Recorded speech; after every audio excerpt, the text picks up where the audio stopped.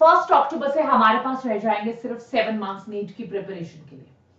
इन 7 months में आप कैसे पढ़ाई कर सकते हो, 7 मंथ्स का रियलिस्टिक टाइम टेबल क्या होना चाहिए, मैं आप लोगों के लिए लेकर आई हूं। प्लीज इस टाइम टेबल को फॉलो कीजिए, वीडियो को एंड तक देखिए, क्योंकि उसमें कुछ एग्जाम हॉल से रिलेटेड और एग्जाम में अच्छा स्कोर करने से रिलेटेड मैं टिप्स शेयर करूंगी।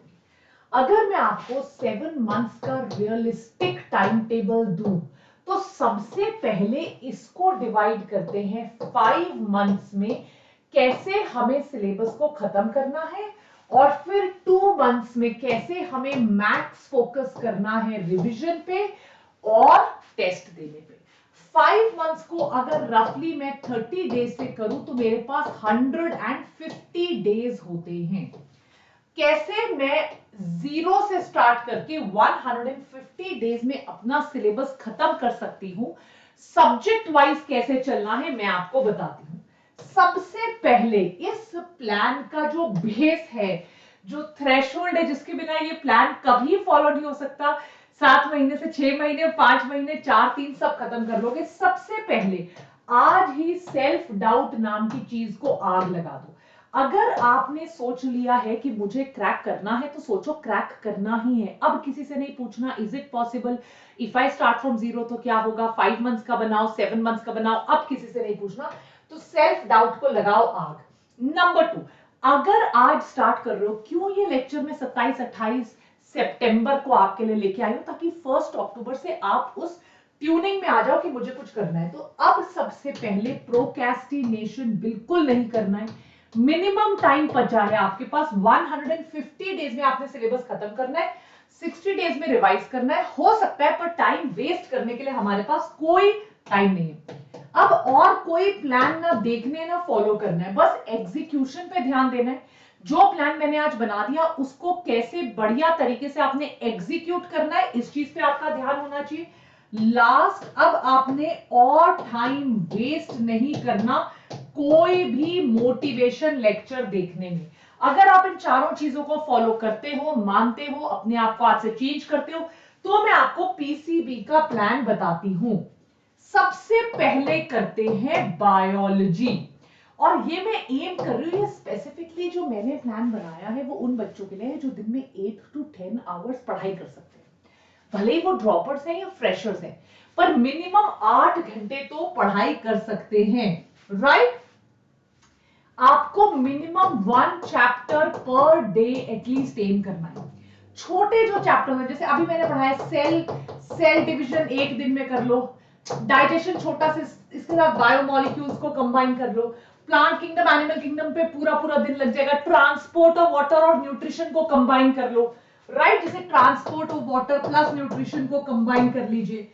जब आप बायो कर रहे हो तो आपका फोकस एनसीईआरटी पे होना चाहिए। एनसीईआरटी के आपने concepts, how to read NCERT को देखो। कॉन्सेप्ट्स जहां बड़े बड़े पैराग्राफ में दिए हुए हैं, इनको छोटे पॉइंट्स में लिख लो। एनसीईआरटी के सारे एग्जाम्पल्स को एक एरर कॉपी में अभी 5 महीने में लिख लो, ताकि बाद में रिवाइज कर सको।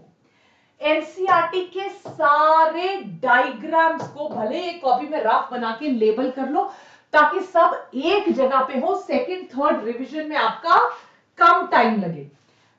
एनसीईआरटी के चैप्टर्स जैसे कि जेनेटिक्स, जैसे कि ह्यूमन रिप्रो, जैसे कि बायोटेक, जैसे कि प्लांट फिजियो और एनिमल फिजियो, इनको एटलीस्ट 6 to 7 रीडिंग्स लगाओ मिनिमम।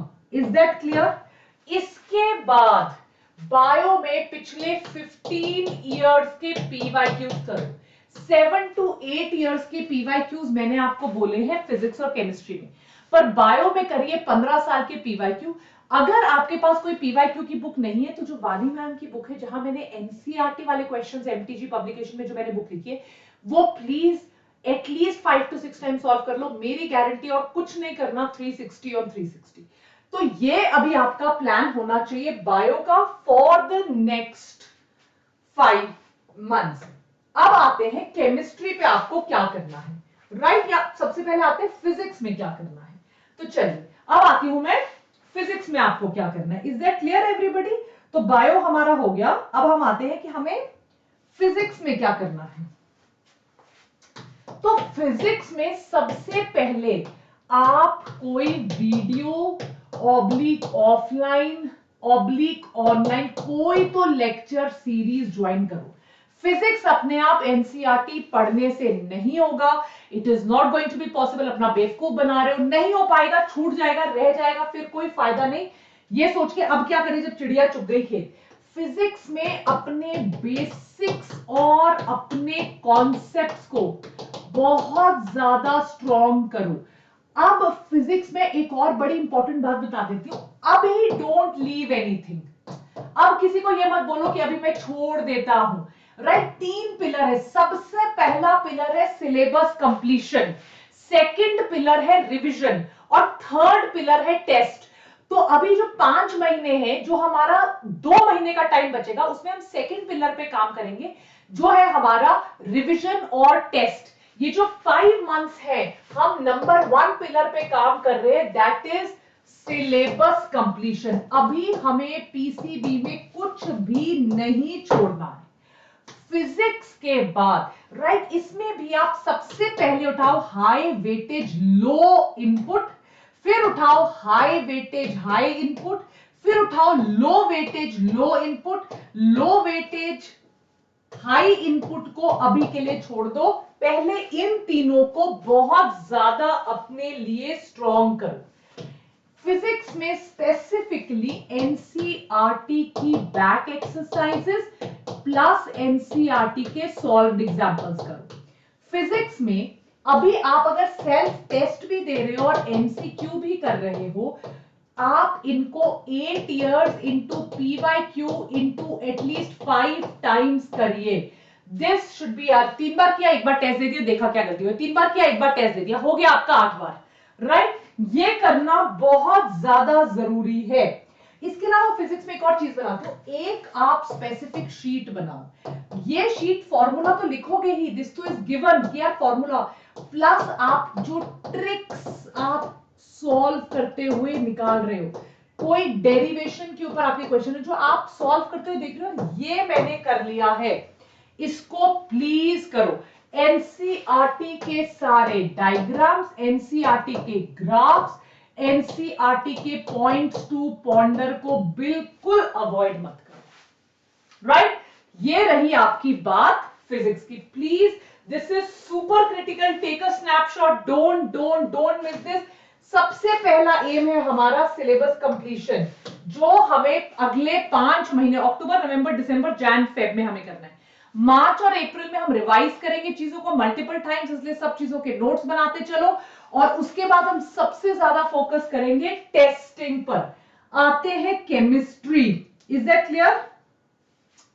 केमिस्ट्री का तो एक ही लॉजिक है, आपकी इनऑर्गेनिक केमिस्ट्री प्योर एनसीईआरटी को आपने बाय हार्ट करना है। In fact I will go one step ahead, पूरी एनसीईआरटी इनऑर्गेनिक केमिस्ट्री की आपकी 10 to 12 पेज के नोट्स में बन जानी चाहिए। एक ऑर्डर देती हूं, जनरल थंब ऑफ रूल, जितने भी बच्चे अभी पढ़ाई शुरू कर रहे हैं केमिस्ट्री, सबसे पहले आप शुरू कीजिए फिजिकल केमिस्ट्री से, जो अभी शुरू कर रहे हैं क्योंकि आपकी वीक होगी। उसके बाद आइए इनऑर्गेनिक केमिस्ट्री पे और उसके बाद आइए ऑर्गेनिक केमिस्ट्री पे। Is that clear? मेटलर्जी हो गया आपका टॉपिक, कोऑर्डिनेशन कंपाउंड्स हो गए आपके टॉपिक। ये मेरे हिसाब से इस साल के सबसे हाई वेटेज टॉपिक है, इनको सबसे पहले करिए, राइट? सबसे पहले इन टॉपिक्स को करिए। Is that clear everybody? Chemical bonding आप करिए सबसे पहले, ये वाले टॉपिक्स को आप सबसे पहले उठाओ, ये है बहुत एक्सट्रीमली हाई वेटेज टॉपिक्स। उसके बाद एसपीडीएफ, ये चारों आप टुगेदर करिए। You like have to totally do these topics. Is that clear? Organic के 12th के ऑर्गेनिक केमिस्ट्री के सब लोग भूल जाते हैं, रिएक्शंस के मैकेनिज्म्स को अच्छे से करिए। Is that clear everybody? Inorganic के जो नोट्स बना रहे हो, सारे ट्रेंड्स, सारे एक्सेप्शंस कलर्ड पेन से इन नोट्स के अंदर लिखिए। इनऑर्गेनिक केमिस्ट्री में एनसीईआरटी के अलावा कोई रेफरेंस बुक रेफर करने की जरूरत नहीं है। फिजिकल केमिस्ट्री में स्कोर बढ़ाने के लिए एटलीस्ट 10 इयर्स के पीवाईक्यूज करिए। ऑर्गेनिक केमिस्ट्री में आप 6 to 7 इयर्स के पीवाईक्यूज करोगे तो भी चलेगा।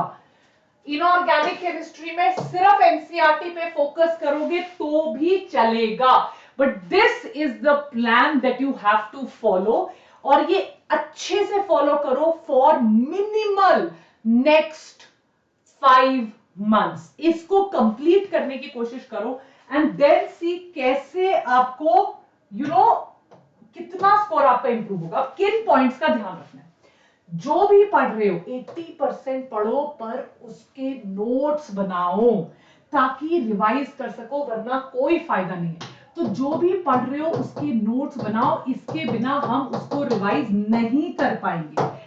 आपने डेली पीवाईक्यूज करने हैं एटलीस्ट 100, वरना फायदा नहीं होगा। राइट, मिनिमम एरर कॉपी बनाओ बेस्ड ऑन योर टेस्ट्स। इस एरर कॉपी से पता चलेगा मिस्टेक्स कहां कर रहे हो, नोट्स में मिस्टेक्स को ऐड करो अगर नहीं एडेड हैं। हर संडे अक्टूबर से सिलेबस आता है नहीं आता, एक फुल टेस्ट देना शुरू करो। वीक में बीच में आप बेटा पार्ट टेस्ट देना शुरू कर सकते हो। अभी किसी नेगेटिविटी से, किसी के फालतू कंपैरिजन से, किसी टॉक्सिसिटी से दूर रहो। जो चीजें बताई हैं वो करो, it will really really help you. God bless you. Instagram DM कर सकते हो, मेरे वीडियोस देख सकते हो, प्योर नीट का चैनल है। कोई प्रॉब्लम है तो बायोटॉनिक पीसी पे हमारा टेलीग्राम में जरूर ज्वाइन करें and don't forget to like, share and subscribe. Your like, share, subscribe is glucose for us, so please don't forget to like, share, subscribe. Bye guys.